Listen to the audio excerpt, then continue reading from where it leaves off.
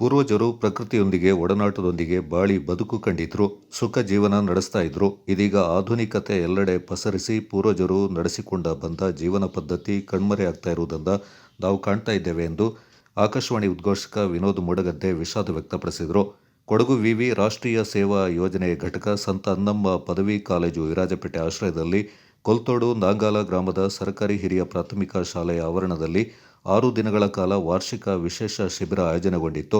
ಸಮಾರೋಪ ಸಮಾರಂಭದಲ್ಲಿ ಮುಖ್ಯ ಅತಿಥಿಯಾಗಿ ಪಾಲ್ಗೊಂಡು ಮಾತನಾಡಿದ ವಿನೋದ್, ಸೇವೆ ಎಂಬುದು ಜೀವನ ಅವಿಭಾಜ್ಯ ಅಂಗ ಎಂದು ಪರಿಗಣಿಸುವಂತಾಗಬೇಕು.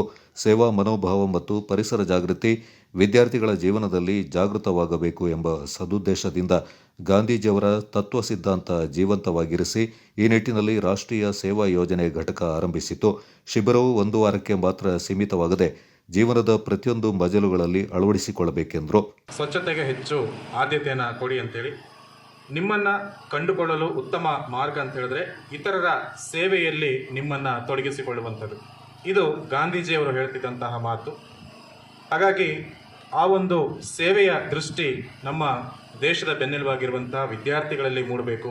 ಅವರು ಕೂಡ ಸ್ವಚ್ಛತೆ ಕಡೆಗೆ ಮನಸ್ಸು ಮಾಡಬೇಕನ್ನುವಂಥ ಉದ್ದೇಶದಿಂದ ಅಂದಿನ ಸರ್ಕಾರ ಈ ರಾಷ್ಟ್ರೀಯ ಸೇವಾ ಯೋಜನೆಯನ್ನು ಪ್ರತಿ ಶಾಲಾ ಕಾಲೇಜುಗಳಲ್ಲಿ ಇದನ್ನು ತರಬೇಕು, ವಿದ್ಯಾರ್ಥಿಗಳಲ್ಲಿ ಸೇವೆಯ ಮನೋಭಾವವನ್ನು ಬೆಳೆಸಬೇಕು ಅನ್ನೋ ಉದ್ದೇಶದಿಂದ ಅಂದಿನಿಂದ ಪ್ರಾರಂಭ ಮಾಡಿಕೊಂಡು ಇಂದಿನವರೆಗೂ ಕೂಡ ಇದು ನಡ್ಕೊಂಡು ಬರ್ತಾ ಇದೆ.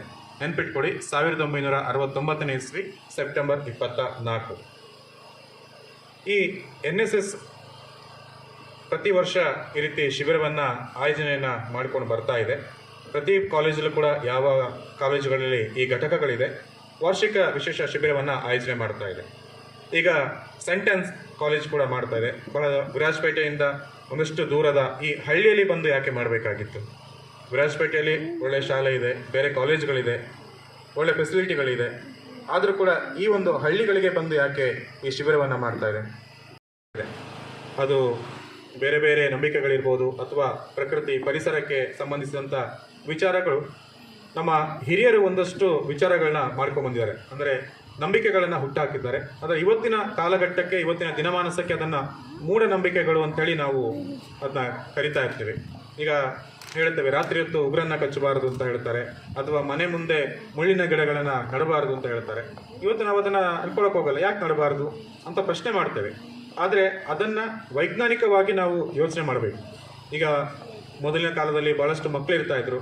ಮಕ್ಕಳೆಲ್ಲ ಅಂಗಳದಲ್ಲಿ ಆಡುವಾಗ ಮುಳ್ಳು ಚುಚ್ಕೊಳ್ಳುತ್ತೆ, ಅಥವಾ ರಾತ್ರಿ ಉಗುರನ್ನು ಹಾಕಿದಾಗ ಅದು ಯಾರ ಕಾಲ್ಗಾಲ ಚುಚ್ಕೋಬೋದು, ಅಥವಾ ನಾವು ಹೇಳ್ತೇವೆ ಉಗುರು ಸಂಧಿಯಲ್ಲಿ ಕೊಳೆ ಇದ್ದರೆ ನಾವೇ ಬಾಯಿಗೆ ಹಾಕೊಂಡ ತಕ್ಷಣ ನಮಗೆ ಬೇರೆ ಬೇರೆ ಉದರ ಸಮಸ್ಯೆಗಳು ಉಂಟಾಗುತ್ತೆ. ಸಣ್ಣ ಮಕ್ಕಳು ಮನೇಲಿದ್ದಾಗ ಅದನ್ನ ಬಾಯಿಗೆ ಹಾಕ್ಕೊಂಡ್ರೆ ಅವ್ರಿಗೇನಾದ್ರು ಸಮಸ್ಯೆ ಆಗ್ಬೋದು. ಈ ರೀತಿ ವಿಚಾರಗಳಿಗೆ ಈ ಥರದ ಒಂದು ನಂಬಿಕೆಗಳನ್ನು ಹುಟ್ಟಾಕಿದ್ರು. ಇವಾಗ ನಾವೇನು ಮಾಡ್ತೀವಿ ಅಂದರೆ ಅದನ್ನು ನೇರವಾಗಿ, ಇದು ಉದಾಹರಣೆ ಹೇಳಿದ್ದು, ಭಾಳಷ್ಟು ವಿಚಾರಗಳನ್ನ ಮೂಢನಂಬಿಕೆ ಅಂತೇಳಿ ನಾವು ಅದನ್ನ ತೆಗ್ದಾಕ್ತಾ ಇದ್ದೀವಿ. ಅದನ್ನು ವೈಜ್ಞಾನಿಕವಾಗಿ ನಾವು ಚಿಂತನೆ ಮಾಡಿ ಯಾಕೆ ಇರಬಹುದು, ಯಾಕೆ ಮಾಡಿರಬಹುದು ಅಂತ ಆ ಒಂದು ಸೈಂಟಿಫಿಕಲ್ ಟಚ್ ಕೊಟ್ಟಾಗ ಅದರ ಅರ್ಥ ನಮಗೆ ಆಗ್ತಾ ಆಗುತ್ತೆ. ಇವತ್ತು ನೀವು ನೋಡಿರ್ಬೋದು, ಭಾರತದಲ್ಲಿ ಎಲ್ಲೂ ಇಲ್ಲದಂಥ ದೇವರ ಕಾಡುಗಳು ನಮ್ಮ ಕೊಡಗಿನಲ್ಲಿದೆ. ಸುಮಾರು 1500ಕ್ಕೂ ಹೆಚ್ಚು ದೇವರ ಕಾಡುಗಳನ್ನು ನಾವಿಲ್ಲಿ ಕಾಣಬಹುದು. ದೇವರ ಕಾಡುಗಳನ್ನು ಅದರ ಬಗ್ಗೆ ಚರ್ಚೆ ಮಾಡ್ತಾ ಹೋದಾಗ ಆಸ್ತಿಕತೆ ನಾಸ್ತಿಕತೆ ಬಂದಾಗ ಹೇಳ್ತಾರೆ, ಇಲ್ಲ ಅದು ಸುಮ್ಮನೆ ಏನೋ ಮಾಡಿದ್ರು ಅಂತೇಳಿ. ಹೌದು, ಅದನ್ನ ಸುಮ್ಮನೆ ಅಲ್ಲಿ ದೇವರಿದೆ ಅಂತ ಹೇಳಿದರೂ ಕೂಡ ಆ ಒಂದು ನಂಬಿಕೆಯಿಂದಾಗಿ ಇವತ್ತಿಷ್ಟು ಪರಿಸರ ಉಳಿದಿದೆ ನಮ್ಮಲ್ಲಿ ದೇವರ ಕಾಡಿಗೋಸ್ಕರ.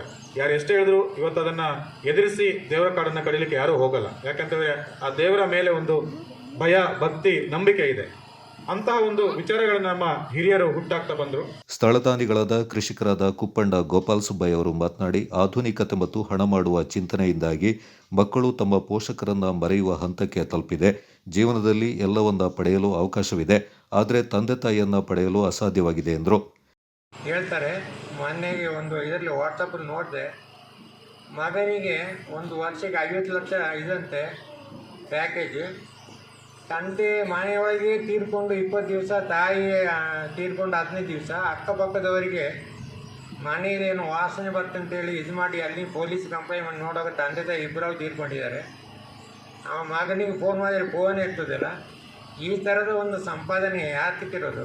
ಒಡ ಹುಟ್ಟಿದ ತಂದೆ ತಾಯಿನ ನೋಡ್ಲಿಕ್ಕೆ ಆಗದಂಥ ಒಂದು ಇದನ್ನು ನಾವು ಇದು ಮಾಡ್ಕೋಬೇಕಾ?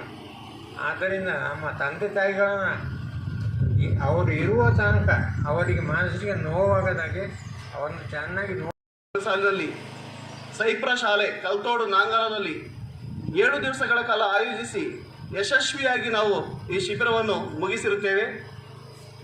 ಇಂದು ಶಿಬಿರದ ಕಡೆಯ ಹಂತವಾದಂತಹ ಸಮಾರೋಪ ಸಮಾರಂಭದಲ್ಲಿ ನಾವಿಂದು ನೆರೆದಿದ್ದೇವೆ. ಈ 7 ದಿವಸಗಳ ಕಾಲ ನಮ್ಮ ಸ್ವಯಂ ಸೇವಾ ವಿದ್ಯಾರ್ಥಿಗಳು ಹಲವು ಕಾರ್ಯಕ್ರಮಗಳನ್ನು ಆಯೋಜಿಸುವ ಮೂಲಕ ಕಾರ್ಯಕ್ರಮಗಳಲ್ಲಿ ಸಹಭಾಗಿಯಾಗಿ ಶಿಬಿರದ ಯಶಸ್ವಿಗೆ ಸಹಕಾರವನ್ನು ನೀಡಿರುತ್ತಾರೆ. ಶಿಬಿರದ ಯೋಜನೆಗಳಾದಂತಹ ಸ್ವಚ್ಛತಾ ಅಭಿಯಾನ, ಕ್ರೀಡಾ ಪ್ರೇರಣೆ, ಪರಿಸರ ನಿರ್ಮಾಣ, ಪೀಠೋಪಕರಣಗಳ ನವೀಕರಣ, ಶಾಲಾ ಉದ್ಯಾನವನ, ಸಮುದಾಯದತ್ತ ಆರೋಗ್ಯ ಚಿತ್ತ, ಅಪರಾಧ ಮುಕ್ತ ಸಮಾಜ ಅಭಿಯಾನ, ಪರಿಸರ ಜಾಗೃತಿ ಹಾಗೂ ಶಿಕ್ಷಣ ಜಾಗೃತಿಯಂತಹ ಕಾರ್ಯಕ್ರಮವನ್ನು ಆಯೋಜಿಸುವ ಜೊತೆಗೆ ಸಾರ್ವಜನಿಕರು ಹಾಗೂ ವಿದ್ಯಾರ್ಥಿಗಳಲ್ಲಿ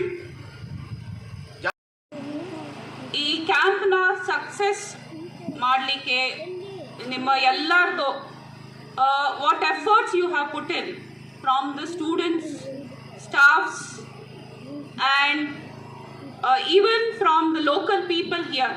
ಈಗ ಆಗಲೇ ಗ್ರಾಮ ಪಂಚಾಯತಿಂದ ನಮಗೆ ವಾಟರ್ ಫೆಸಿಲಿಟೀಸ್ ಅವ್ರು ಕೊಟ್ಟಿದ್ದಾರೆ, ಜನರೇಟರ್ ವಾಸ್ ಬೀನ್ ಪ್ರೊವೈಡೆಡ್, ಮತ್ತು all the days maybe food is being sponsored by so many local people from here. So when we see to conduct 1 week camp, it is not possible by a single hand. It is a collective efforts of all the volunteers, of the school, of the local people here. Everybody has joined hands together to make.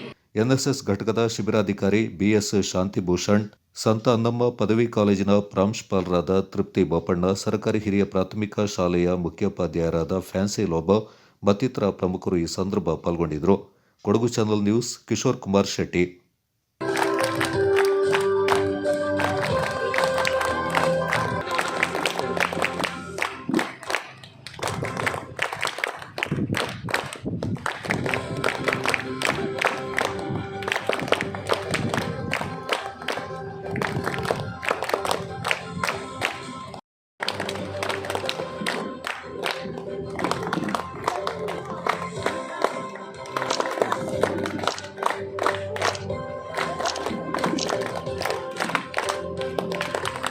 ಅಭಿನಂದನೆಗಳನ್ನು ಸಲ್ಲಿಸುತ್ತೇನೆ. ಭಾರತೀಯ ಸೇವೆಗೆ ಆಯ್ಕೆಯಾಗಿರುತ್ತಾರೆ.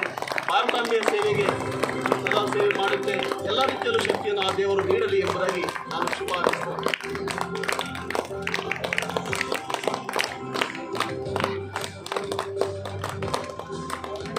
ನಕ್ಷತ್ರವರು 1ನೇ ರುದ್ರಗುಪ್ಪೆ ಗ್ರಾಮದವರು, ಸಮೀಪದ 1ನೇ ರುದ್ರಗುಪ್ಪೆ ಅವರು.